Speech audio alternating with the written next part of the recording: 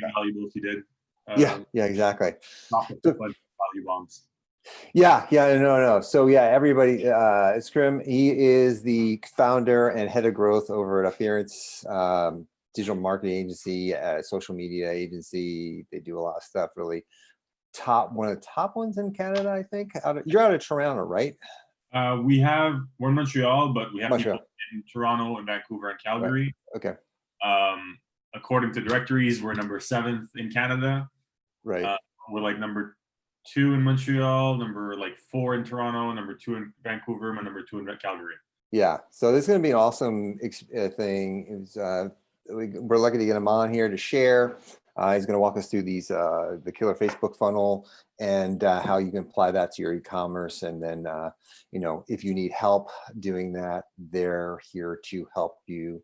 You can reach out to them after and talk with them about your stuff moving. Cool. So I won't let without further ado, I'll let you take over and you can share. Let me make sure you can share the screen and everything. And I'll cover, I know you said about ECOM. I'm going to cover the strategies we use for ECOM and for lead gen. They're pretty similar, slight variations, but it's nothing far-fetched from one from the other. Cool. Awesome. It's all up to you. You got it now. All right. So let me get this thing on. Share screen.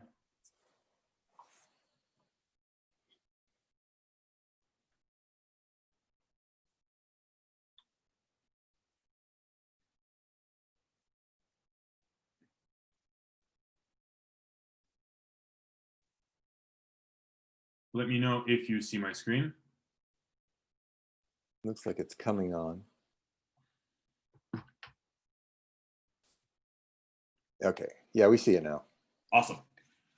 So grow and scale your Facebook ads. I'm going to go through a few principles and a few points to make you guys understand how this is done and everything in terms of like the thought process to all the tactics that go into it. So key points of success. I'll give you guys some case studies on low ticket and on high ticket, the strategies for ad creatives and for the funnel itself, for e-com and for lead gen, the different tactics for testing top of the funnel, scaling tactics, how to maximize your budget, and how to manage your ad account like over time.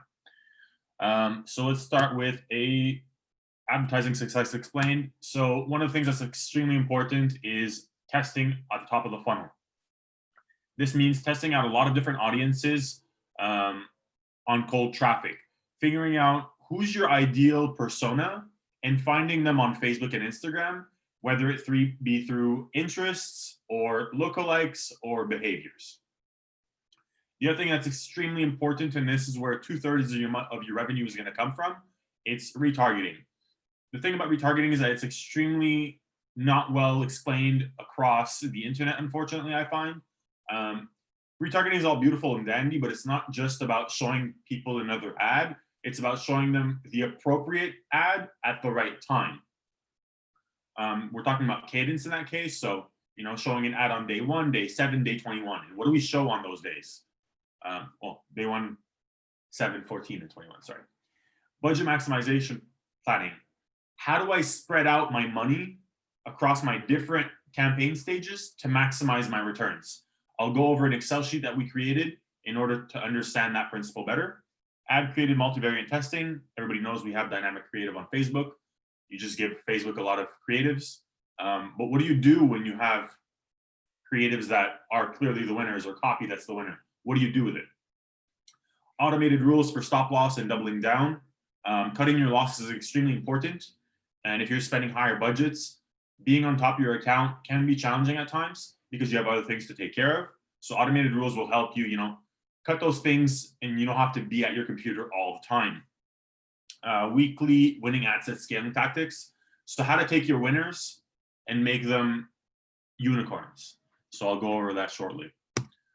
So low ticket case study. This is what we did for one of our clients who sells ebooks. We spent $10,000 and got her back $56,000. CPA is extremely low at $7, given this is a $35 product. So this would fall under low ticket. And we just did, 3 stages of ads, cold, warm, hot. So day 1 to 5, 6 to 10, 11 to 15. Objectives are the same as anybody would use: add to cart and purchase. On top of the funnel, we use lookalikes and cold interests, dynamic creative. Pretty straightforward stuff. This result has maintained over time. This advertising system has always averaged a ROAS of 5 or more for us. It's very rare that we get lower than that. And if we do, it's because the brand or client we're working with either have bad branding or a bad offer or a bad website.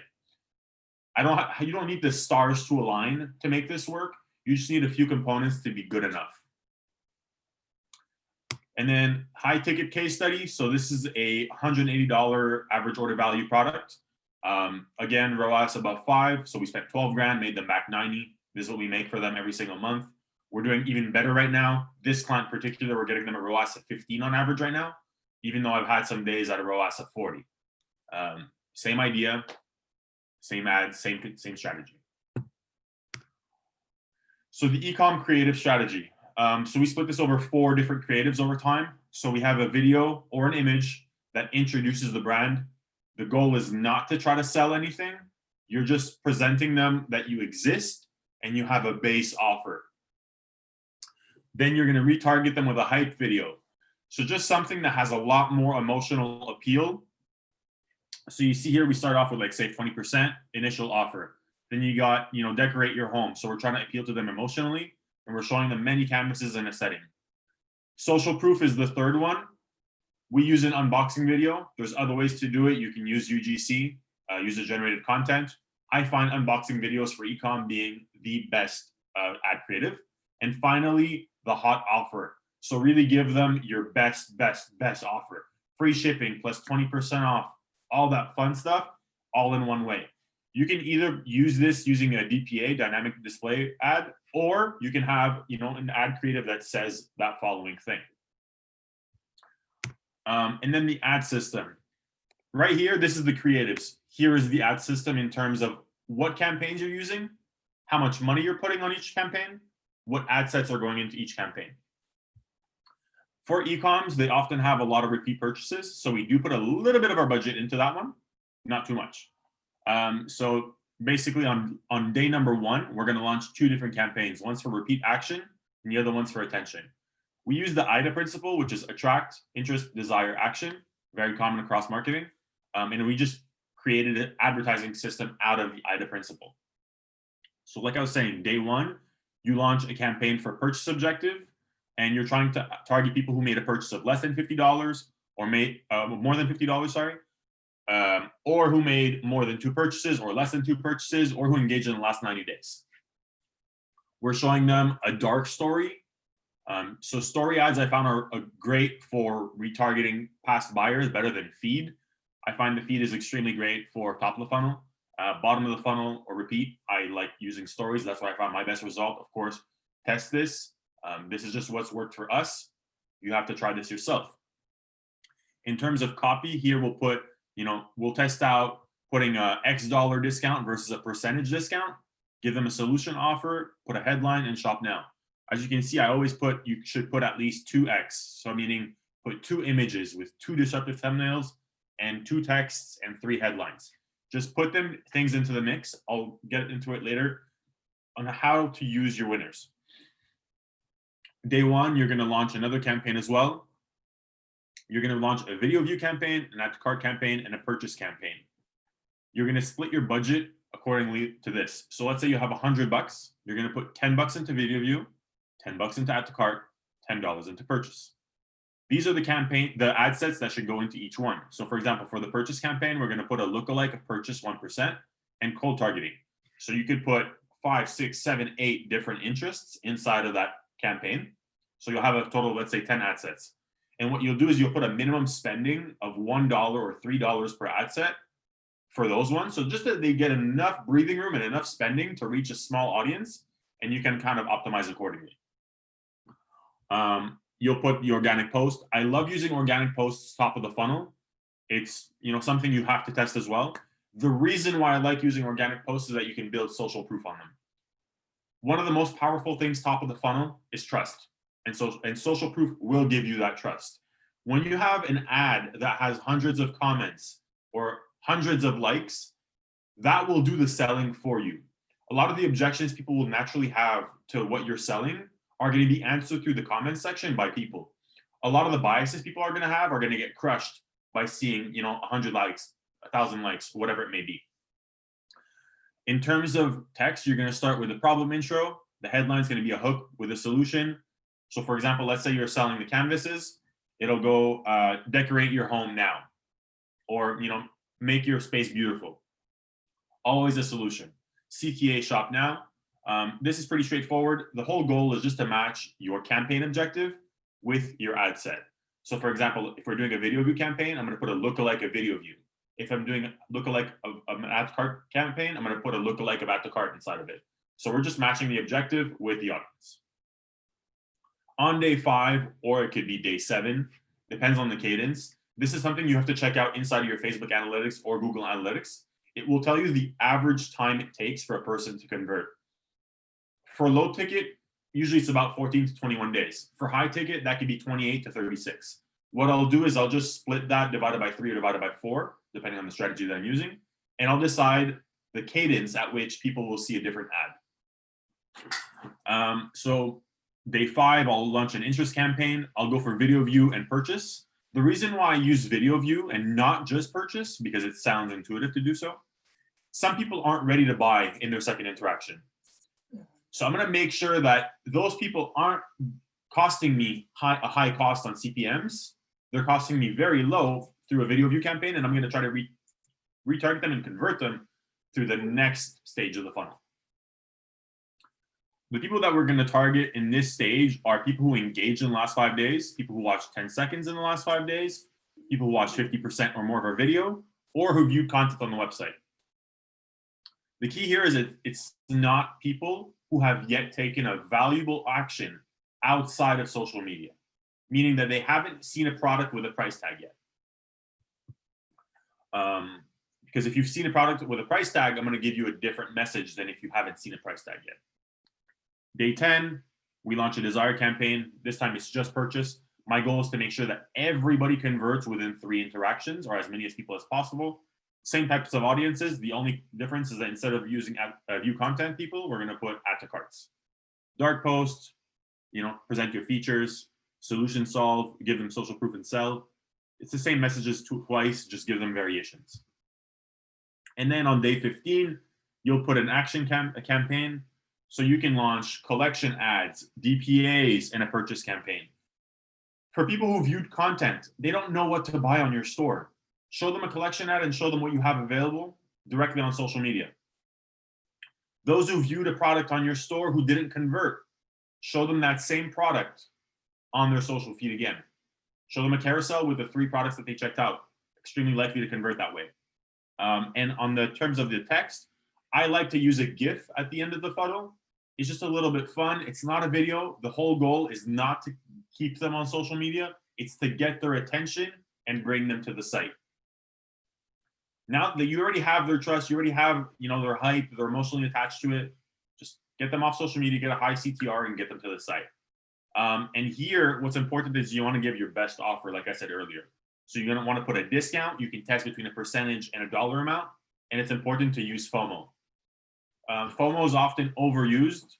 I like to use it wisely at the end of my funnel. So that's that for the ECOM ad system. For lead gen, it's exactly the same principle. The only difference is that there's no repeat actions. We don't have repeat leads. That's not a thing. For ECOM, it is.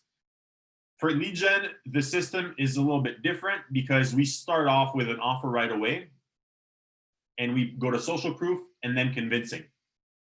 So let's say it's about a car, for example. We'll use the example that's in front of us. We're going to tell them that this Volkswagen Jetta starts at $229 a month. We have the following vehicles and like these types of vehicles in stock. We'll show them some social proof. That could be UGC, or that could be something like a compilation like this. UGC is fun because like you're showing one person. I found that this was working better to show like a whole collection of social proof and UGC together. It was a more stimulating piece of content, and there was more to see. And finally, I'll retarget them with a video. I know that some people use the video at the beginning. I like to use it at the end. Reason being, somebody who doesn't know you, who's never heard of you, is extremely unlikely to watch your 30-second video.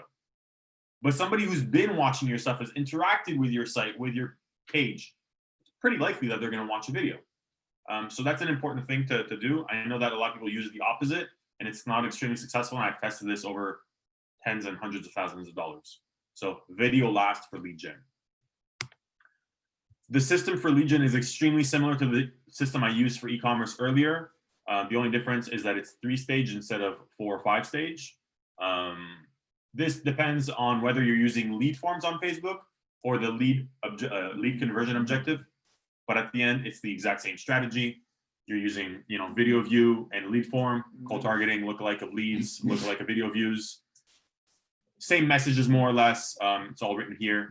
The organic feed, the disruptive thumbnails, the problem intro, solution solve. Next one, you go to a great solution and the benefits and social proof. And finally, you go to a story and feed. And you just tell them about your problem in the offer and FOMO and a discount, if available.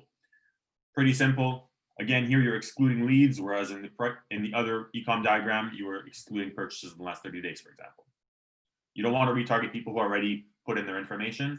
There's no point. You're just wasting ad dollars. So top of the funnel testing tactics. The number one thing is test a lot. Marketing is all about that. So test a lot of things and double down on what works and cut what doesn't work. Super simple. It's extremely important to not be emotionally attached as a media buyer or running ads with the platform. You're testing things to make money. It doesn't matter if you think this interest should convert. If the data says it's not an audience that's reacting properly to your message, to your offer, to your brand, cut it.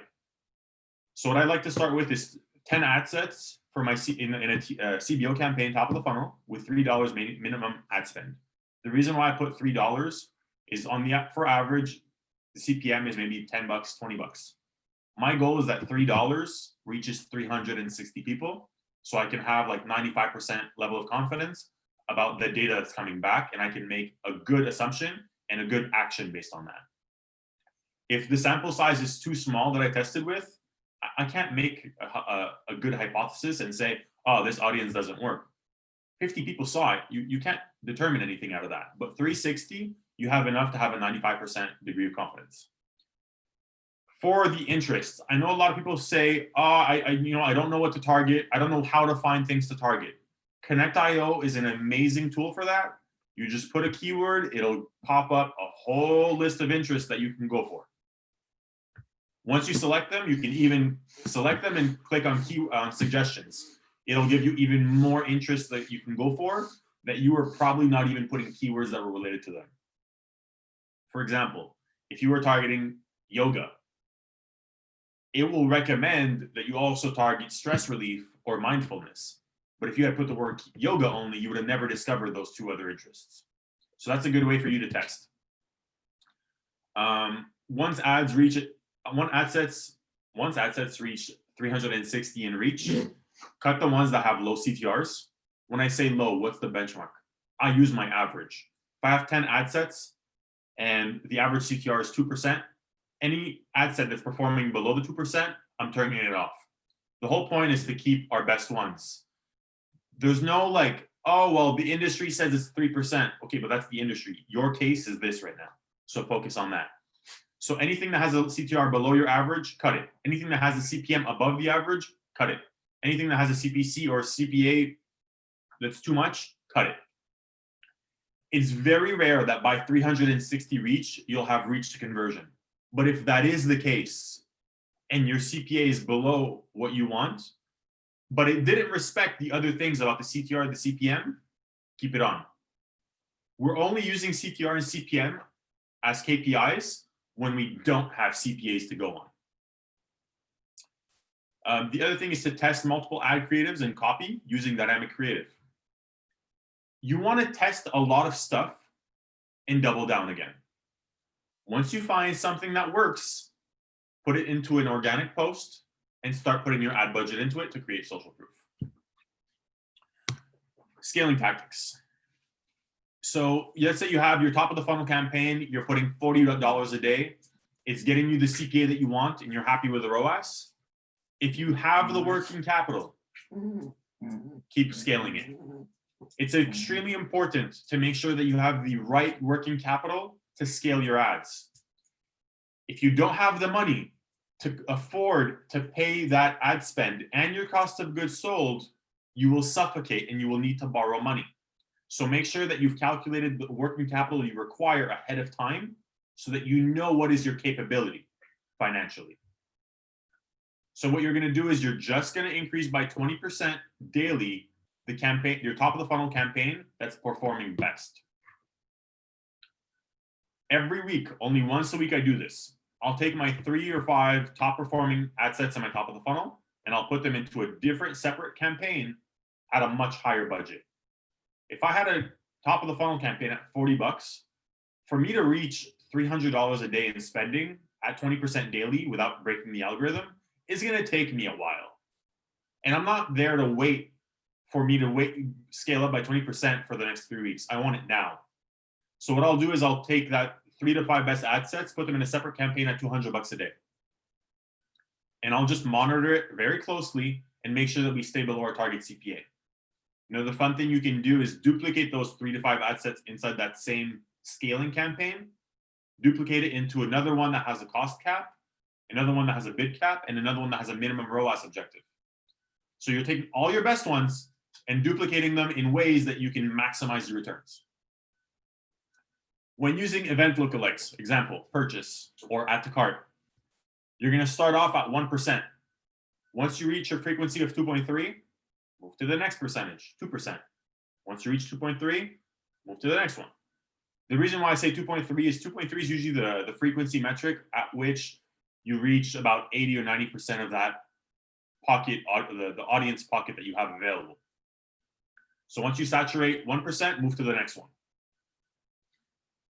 Stacking lookalikes of the same percentages together. This is another strategy that you can use.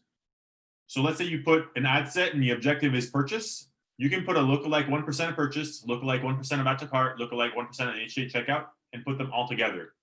It's going to just allow you to hit that audience with a different angle, and you'll be able to get a little bit more out of it. Utilize different conversion events to hit different pockets of users. Let's say you're using the lookalike 1% of purchase. You can target that audience with the purchase objective in one ad set, the initiate checkout in another ad set, and the add to cart objective in another ad set. I don't like to use any other objectives because they're not valuable actions. Anything below add to cart, I consider window shoppers, and they're not really valuable people to have on your site, and I find it's a waste of money. Once you find creative that works best, which is what I was telling you guys earlier, make it into a single ad and push your remaining ad budget into it so that you can create social proof. Dynamic creative ads have so many infinite number of combinations. You can't possibly build social proof on them because you have 150 different combinations. Your budget is so spread out all over them. You can't build much social proof on it unless you're using massive budgets. It's not very viable. It's not very feasible. So what you do is just test out good creatives. Once you find it, put it into an ad set without dynamic creative and just put your best performing combination. Your best headline, your best text, your best description, and your best image or video. So that's that about scaling. Another thing you want to do is if you're scaling, make sure that you're looking at your stuff daily. As long as you're below your target CPA, keep pumping money. Budget maximization. This is an Excel sheet that I created. What I essentially did is I plugged in our monthly budget, our average order value, our cost per purchase, assuming a ROAS of 5, which is our average, the website's conversion rate, their cost per order, their shipping, their payment cycle time, and their profit margin rate. And I just basically broke down my advertising funnel into an Excel sheet over stages, and I put those KPIs in here. And for example, I'm going to put 40% of my money into this top of the funnel. That means I'm going to put $1,200 a month, so $40 a day. I'm going to put 80% of that budget of this $40 into purchase, and it should yield this much sales, so $4,896 in sales for me. You can put your split in many different ways. That's why I use this sheet to determine what would be the best way to split my budget to maximize my return. My goal is to maximize this ROAS at the end here. So for example, if I was going to do a 40, 30, 20, 10, which is the most common split, you can also do a 50, 30, 20 split. You'll end up with this. So I can tell you that I predict that you're gonna make 15K in sales off of $3,000 in ad budget. Your ROAS is gonna be 5.3, and you're gonna have like a cost of goods sold of this, an ad spend of this, a service fee of this. Total cost is gonna be that. Your working capital is gonna be $1,278. So you need to have $1,200 in your bank account at any given time in order to maintain this spending and your cost of goods sold. And you'll be able to see obviously your net profit, so how much you made after everything altogether.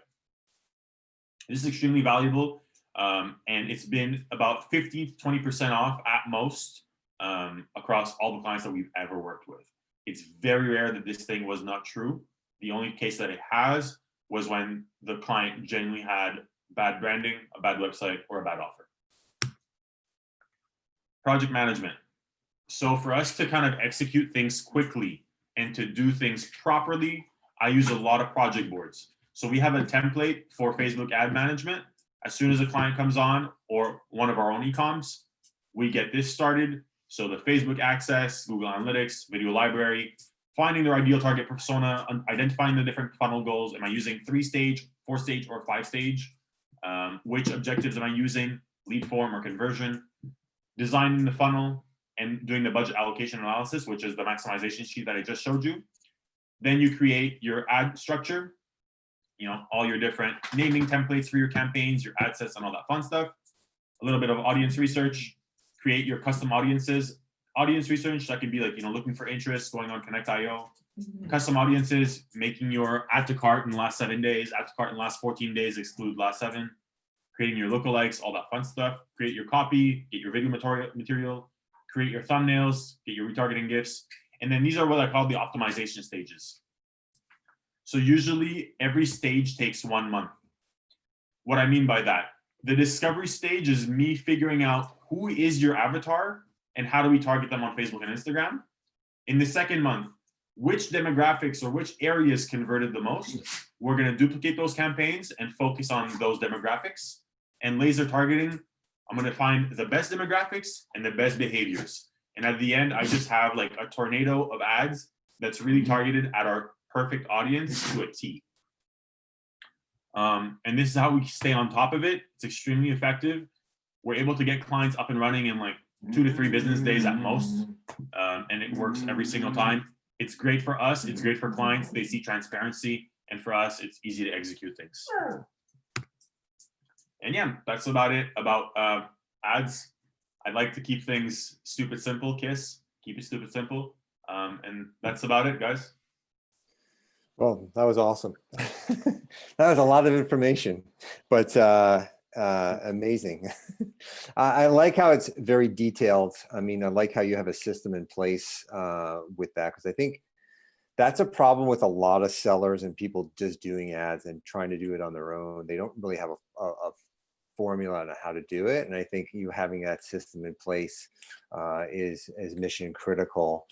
Also, I think a key piece to this is that, if you're serious about doing ads or you have a product that you want to try and launch, you could do it yourself, right? Or you can hire guys like you to kind of just come on and run those campaigns.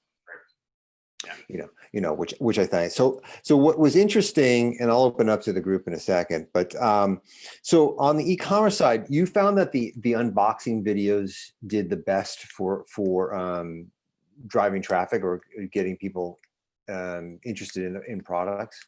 Correct. In retargeting, I thought it was extremely effective, mainly in the warm stage. So that being their third interaction. Okay. Of course, you move this around, you got to test things. Right. Different audiences will react differently depending on what that product experience is like, what that customer journey for that product is, right? And also where that product is in its life cycle on the market. Sure. And of course, competitiveness. Right. Because I think that's one of the things, right, is that, I think people think, oh, I got this product, I put it up and nobody's buying. How come? Right. And I think that's that whole campaign. I really like the way you were talking about also on the lead gen side of things, where, you're just, people go to those videos right off the bat, and you're right, nobody does have that brand recognition about what they're offering. So it's like, why do I really want to watch what's in it for me, you know, kind of stuff. Like, why do I really want to watch that video? But if you see those ads over a course of time, and then that social UGC kind of stuff, you know, I think, and then that video, it really sort of brings things to life more on that. Nobody wants to commit to a brand they don't know. Right. I'm not giving you my time. So Right. it only makes sense to give them things that require more engagement lower into the funnel. Once they've shown us a commitment to our brand or an interest or an engagement towards us. Right. And that's a huge misconception that I've noticed.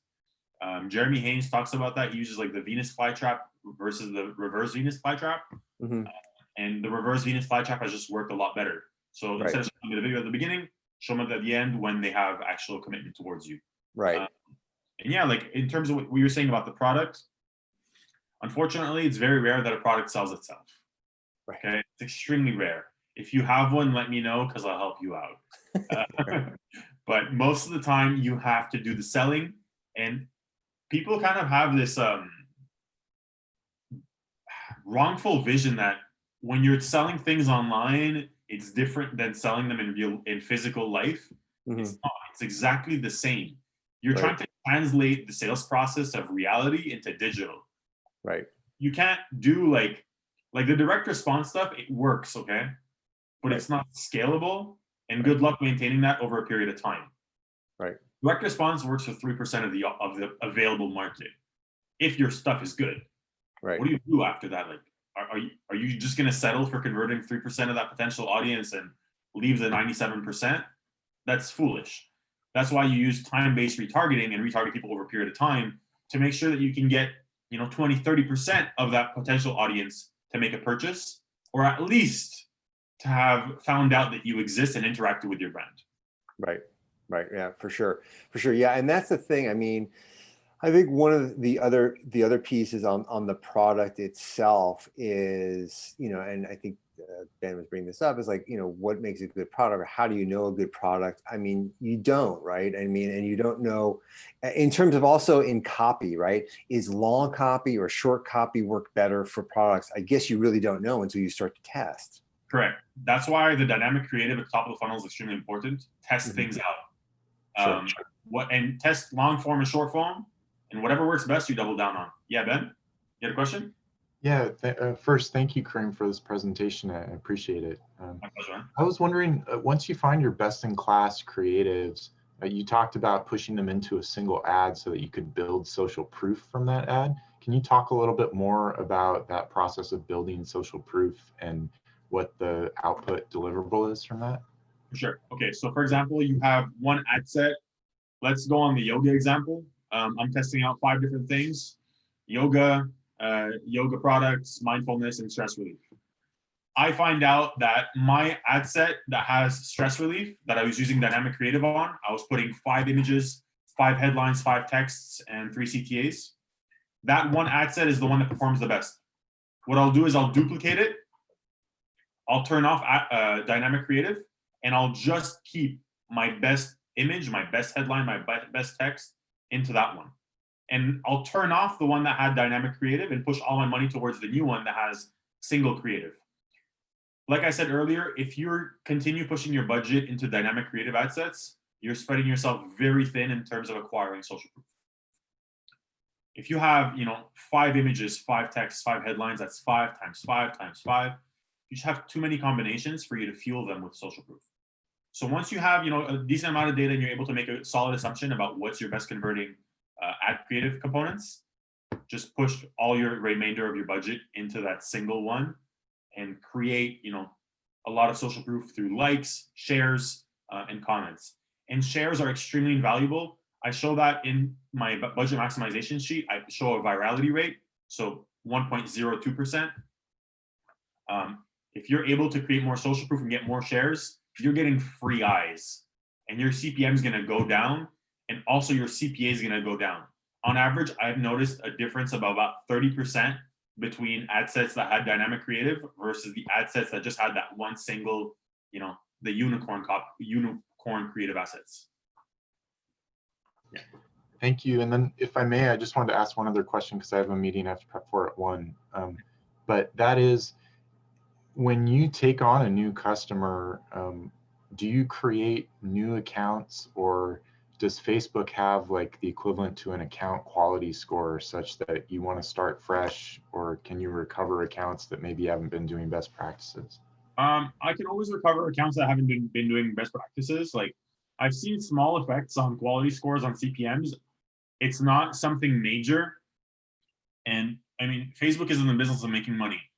If you adjust your strategy and you adjust your best practices, they're gonna increase your quality score, and they want your money at the end of the day.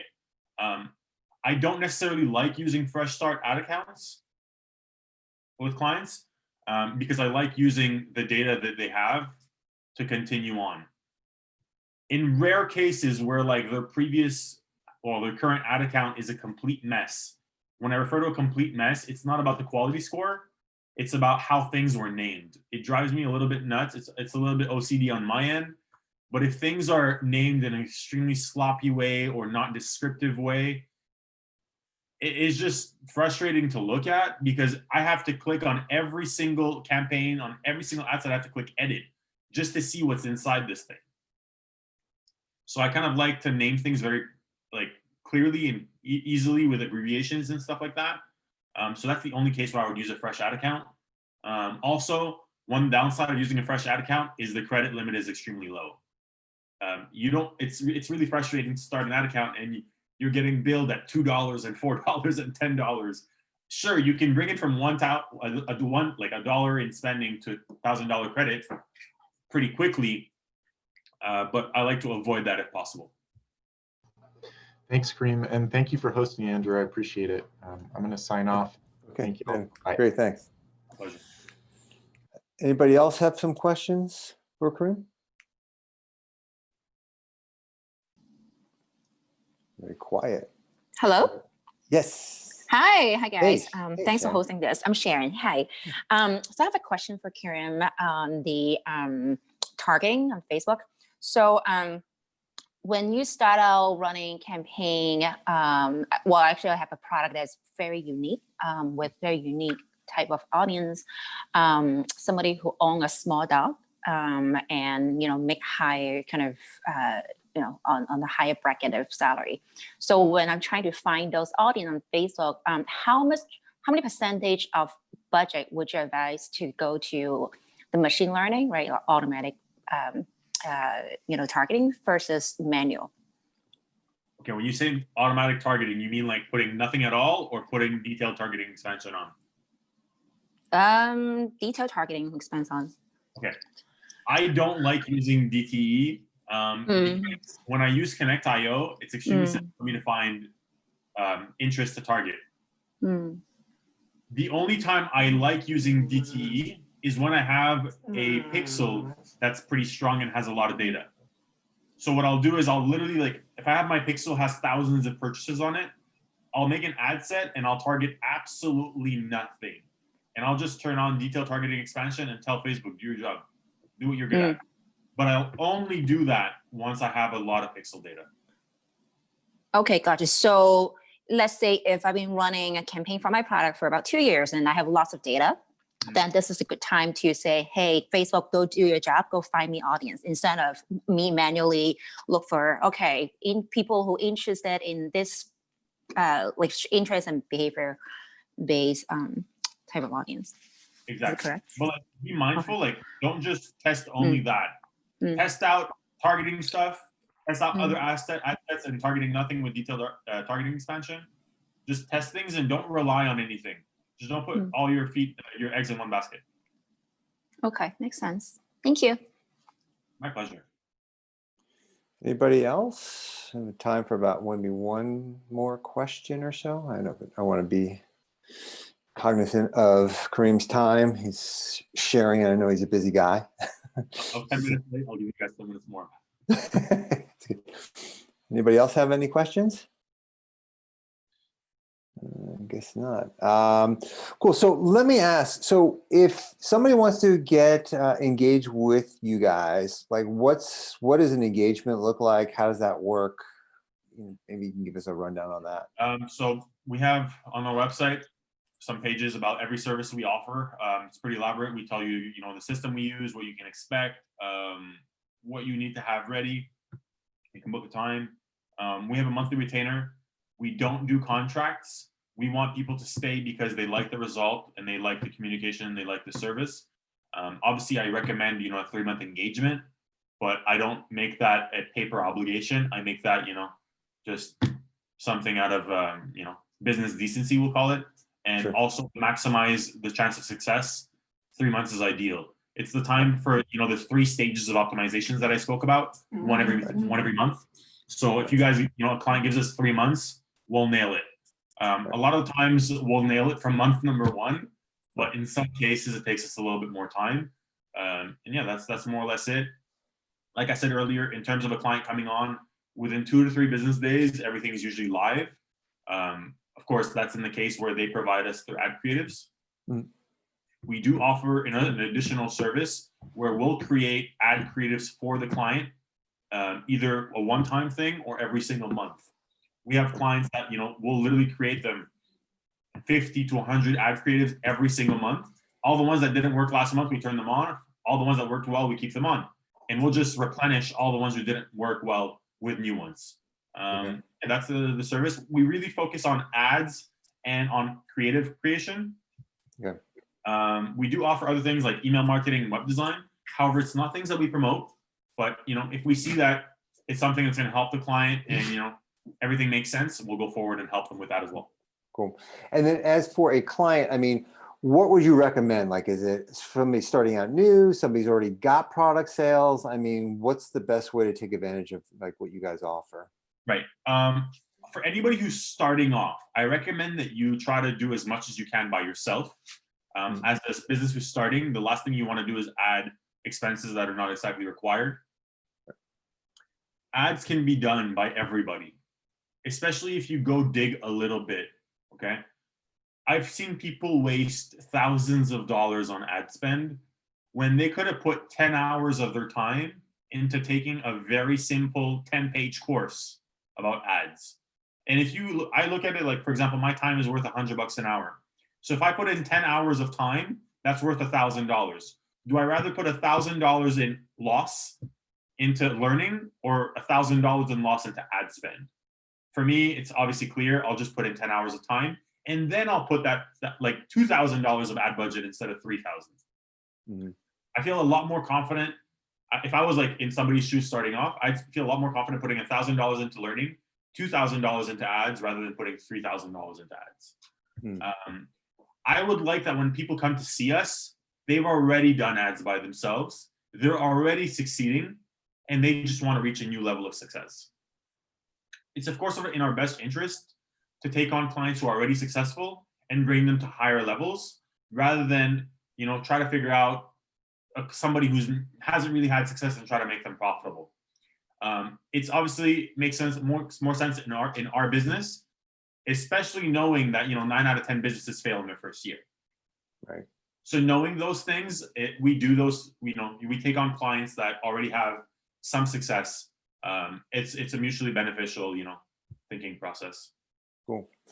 Yeah, well, that's good. Yeah, because I think that's the thing. Some people are like, oh man, I don't know what to do. But you're right. I think if you don't know anything, do take those courses. There's a lot of them out there. I'm sure there's some good ones out there that you can learn fairly easily, have knowledge, and then from there you can learn. But cool. Awesome. I do appreciate the time. I know everybody's, lunch is short and have to get back and everything, but this was awesome. And thank you for coming on. My pleasure. If anybody has any questions, either DM me, message me, email me, go on the website, take a call, do your thing. Sure. I also do audits, so if anybody needs help with that, just give me a shout out and we'll go from there. Cool. I believe Awesome. you're sharing this on YouTube, correct?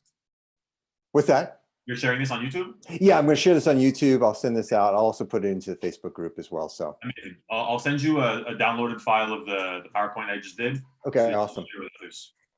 Beautiful. Great. Well, again, thanks so much for